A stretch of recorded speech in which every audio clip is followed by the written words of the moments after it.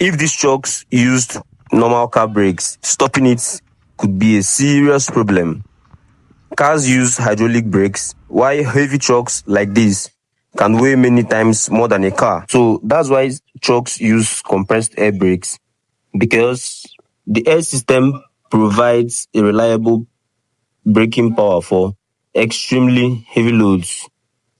So different machines, different engineering. Truck Engineering Explained.